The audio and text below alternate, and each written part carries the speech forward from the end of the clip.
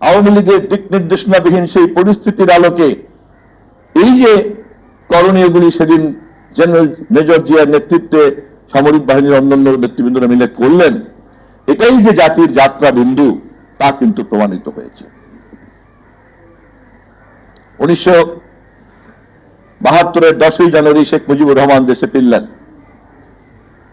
1975-এর 15ই August তৎকালীন সরকারের প্রভাবশালী মন্ত্রী খন্দকার মোস্তাকের নেতৃত্বে ষড়যন্ত্রের প্রেক্ষিতে আওয়ামী লীগের আভ্যন্তরীণ কোন্দলের কারণেই শেখ মুজিবুর রহমানকে হত্যা করা হলো এবং যেই মন্ত্রিসভা বহাল থাকা অবস্থায় তিনি মৃত্যুবরণ করলেন, সেই মন্ত্রিসভায় তার রক্তের উপরে আবার খন্দকার মোস্তাকের নেতৃত্বে মন্ত্রিসভা গঠন করলেন।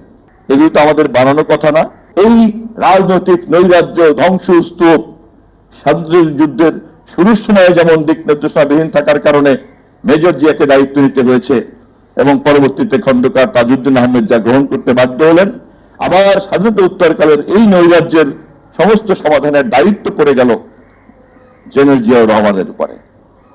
সিপাহী জনতারা তাকে যখন তার ঘর থেকে বের করে আনলেন 7ই নভেম্বরে, তখন সিপাহী এবং জনতা ঐক্যবদ্ধভাবে এই জঞ্জাল দূর করে এক নতুন বাংলাদেশের স্বপ্নের যাত্রা শুরু হলো জেনারেল জিয়ার নেতৃত্বে। 70-এর আগের শেখ মুজিবের এত প্রভাব থাকা সত্ত্বেও বাংলাদেশের রাজনীতিতে বারবার তাকে আওয়ামী লীগের নেতৃবৃন্দকে পরাজিত হয়ে হয়ে বিদায় নিতে হয়।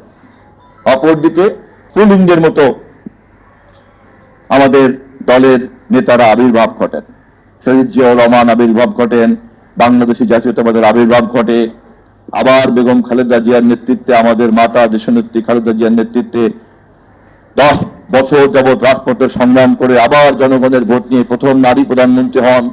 আবার তার বিরুদ্ধে ষড়যন্ত্র, 111, নানান রকম চক্রান্ত, তারপরে আবার আমরা ভোটাধিকার ফেরত পাই এবং তারেক রহমানের নেতৃত্বে এখনো বাংলাদেশে আমরাই ক্ষমতা পরিচালনা করার দায়িত্ব বহন করছি।